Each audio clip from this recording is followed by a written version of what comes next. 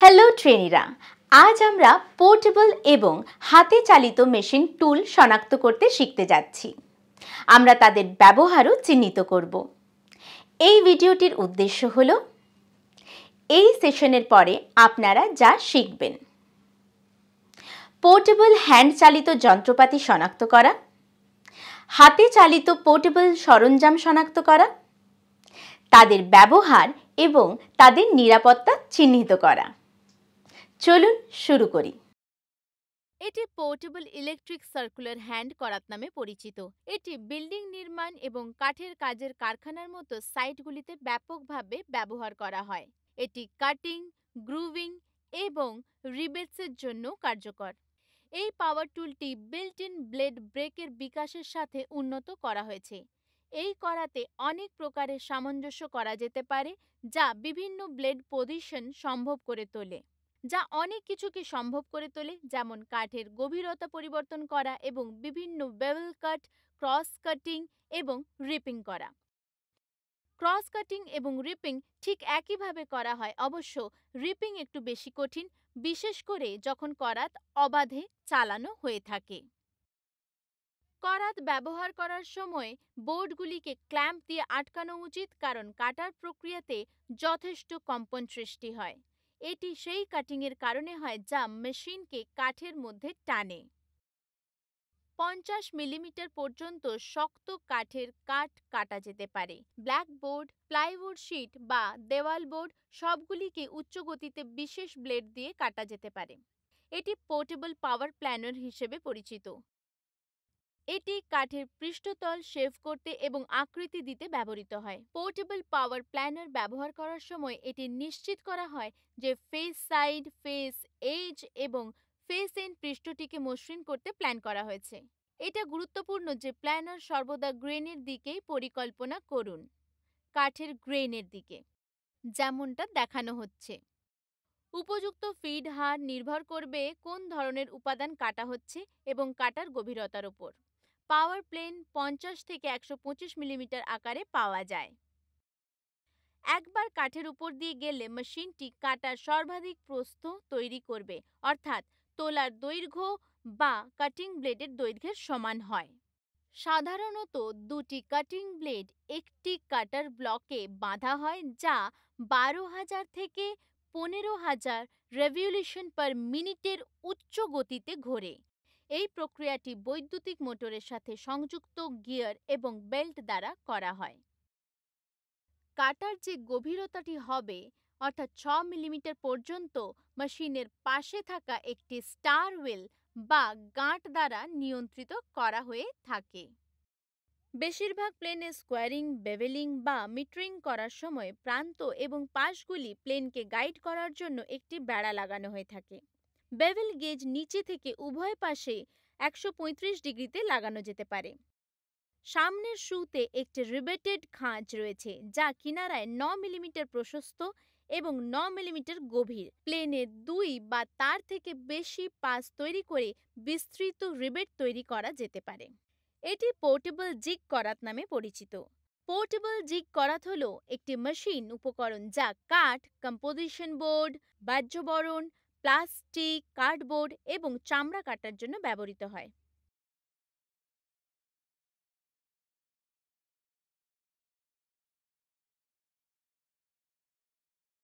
এটি ক্যাবিনেট তৈরির দোকান, আসবাবপত্রের কারখানায় ব্যবহার করা হয়।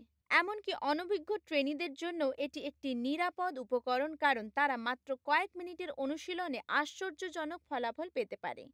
এটি ব্যবহার করার সময় করাতের হাতলটি উভয় হাতে শক্তভাবে ধরে রাখা হয় এবং ফেস প্লেটটি কাঠের উপর শক্তভাবে রাখা হয়। করাত ব্লেডের সোজা ওপরে নিচে গতিকে বলা হয় স্ট্রোক।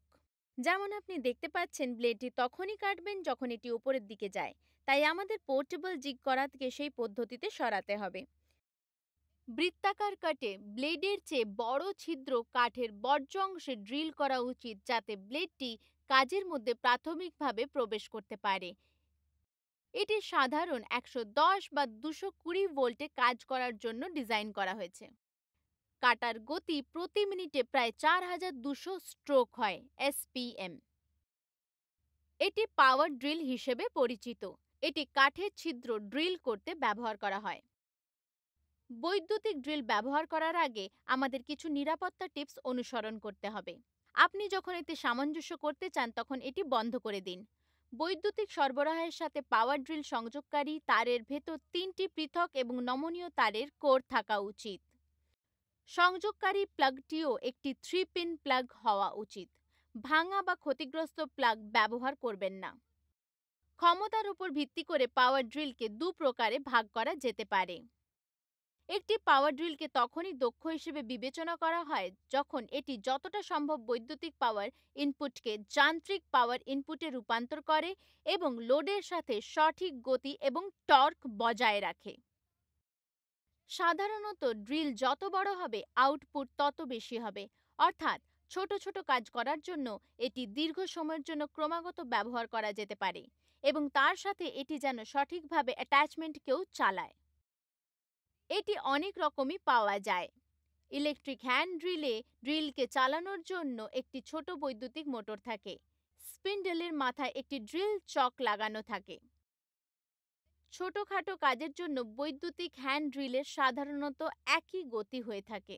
এই ড্রিলটিতে একটি অতিরিক্ত বৈশিষ্ট্যও থাকে, যেখানে আপনি একটি গিয়ার সিস্টেমের সাহায্যে ড্রিলের গতি সামঞ্জস্য করতে পারেন। এটি বিশেষত বড় ব্যাসের ছিদ্র ড্রিলিং করার জন্য ব্যবহার করা হয়। এটি গ্রাইন্ডার টুল নামে পরিচিত। এটি কাঠের পৃষ্ঠ মসৃণ এবং পৃষ্ঠ পেইন্টিং ও পালিশ করার জন্য ব্যবহার করা হয়।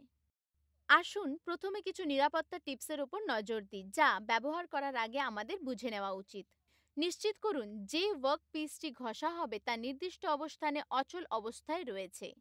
গগলস, ডাস্ট মাস্ক এবং অ্যান্টি স্কিড জুতোর মতো সুরক্ষা সরঞ্জাম পরুন। এই গ্রাইন্ডারে খুব বেশি বল প্রয়োগ করা এড়িয়ে চলুন। আসুন এর ব্যবহার জেনে নিই। এটি সমতল এবং বাঁকা উভয় পৃষ্ঠতল ঘষার জন্য ব্যবহার করা হয়।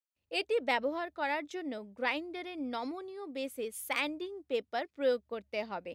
তারপরে এটি চালু করা হবে এবং অনুভূমিক বা উল্লম্ব দিকে বালি করার জন্য কাজের অংশের ওপর স্থাপন করা হয়।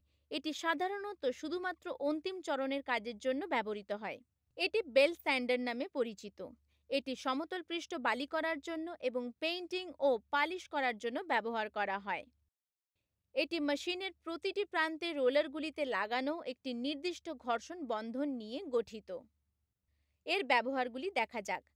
এর ব্যবহার আসলে ফ্রেমযুক্ত জয়েনারি কাজে স্যান্ডিংয়ের জন্য করা হয়।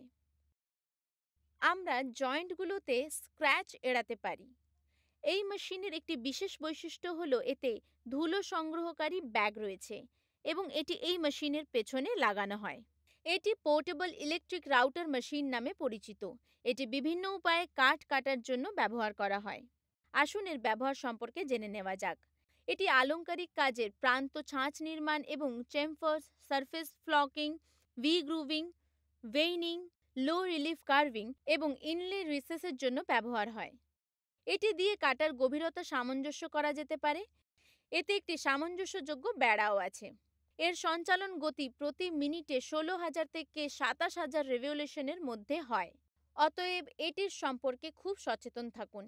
ব্যবহার করার সময় মনে রাখবেন যে আপনার উভয় হাত সবসময় যেন হাতলের উপরে থাকে। এতে বিভিন্ন সংযুক্তি যেমন জেগস, টেমপ্লেট এবং অন্যান্য বিভিন্ন কাটারও উপলব্ধ আছে।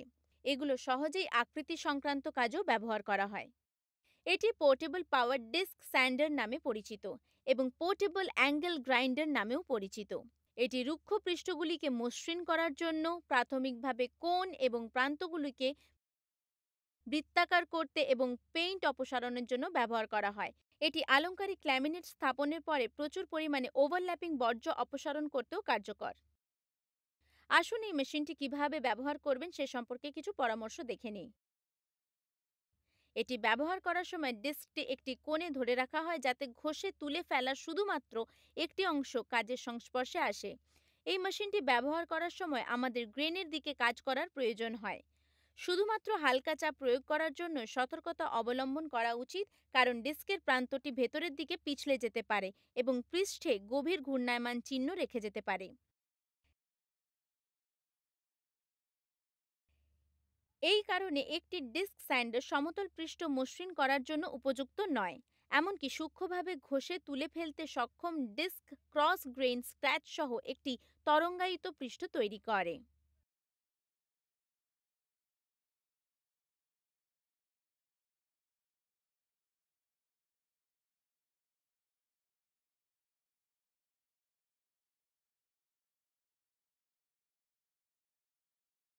ডিস্ক স্যান্ডারের গতি ডিস্কের আকার, গ্রেড অফ গ্রিট এবং ঘষে তুলে ফেলতে সক্ষম অবস্থার সাথে ভিন্ন হয়। উচ্চ গতির পাতলা বা পুরনো কাগজকে নিস্তেজ করে দেয়। লোড করা কাগজ এবং অত্যধিক চাপ কাঠকে পুড়িয়ে দিতে পারে, বিশেষ করে এন্ড গ্রেনকে। এটি নিউম্যাটিক হ্যান্ড ড্রিল। এটি কাঠের পৃষ্ঠে ছিদ্র করতে ব্যবহার করা হয়। এই ড্রিলটি ব্যবহার করা হয় যেখানে বৈদ্যুতিক চালিত ড্রিল নিষিদ্ধ, যেমন বিস্ফোরক কারখানা, পেট্রোলিয়াম শোধনাগার ইত্যাদি। এই ধরনের ড্রিল সংকুচিত বায়ু দ্বারা পরিচালিত হয়। একটি বায়ুচালিত মোটর আবরণে অবস্থিত থাকে এবং আর একটি হ্যান্ডেল এয়ার পাইপের সাথে লাগানো হয় যাতে সহজেই ড্রিলটি চালানো যায়।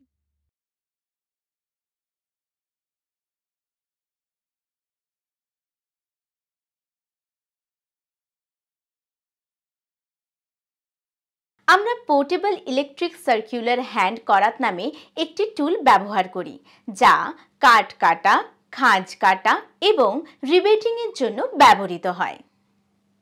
আমরা পোর্টেবল পাওয়ার প্ল্যানার নামক একটি টুল ব্যবহার করি, যা কাঠের উপরিভাগ শেভ এবং আকার দিতে ব্যবহৃত হয়। আমরা পোর্টেবল জিগ করাত নামক একটি টুল ব্যবহার করি, যা কাঠ, কম্পোজিশন বোর্ড, বাহ্যবরণ, প্লাস্টিক কার্ডবোর্ড এবং চামড়া কাটার জন্য ব্যবহৃত হয়। আমরা পাওয়ার ড্রিল নামে একটি টুল ব্যবহার করি, যা কাঠের মধ্যে গর্ত ড্রিল করতে ব্যবহৃত হয়। আমরা অরবিটাল স্যান্ডার নামে একটি টুল ব্যবহার করি, যা কাঠের পৃষ্ঠ বালি করতে এবং পেইন্টিং এবং পলিশ করার জন্য পৃষ্ঠ প্রস্তুত করতে ব্যবহৃত হয়। আমরা বেল্ট স্যান্ডার নামে একটি টুল ব্যবহার করি, যেটি কাঠের পৃষ্ঠকে বালি করতে এবং পেইন্টিং এবং পলিশ করার জন্য পৃষ্ঠ প্রস্তুত করতে ব্যবহৃত হয়। আমরা বায়ু সংক্রান্ত হ্যান্ড ড্রিল নামে একটি টুল ব্যবহার করি, যা কাঠের পৃষ্ঠে গর্ত ড্রিল করতে ব্যবহৃত হয়। আমরা হাতে চালিত ড্রিলিং মেশিন নামে একটি টুল ব্যবহার করি, যা কাঠের পৃষ্ঠে ড্রিল হোল করতে ব্যবহার করা হয়। আমরা পোর্টেবল ইলেকট্রিক রাউটার মেশিন নামে একটি টুল ব্যবহার করি, যা কাঠ কাটার জন্য অন্যভাবে ব্যবহৃত হয়। আশা করি আপনারা এই সেশনে শেখানো সমস্ত কিছু বুঝতে পেরেছেন। অন্য ভিডিওতে দেখা হবে। ততক্ষণ পর্যন্ত আপনাদের জানাই ধন্যবাদ এবং বিদায়।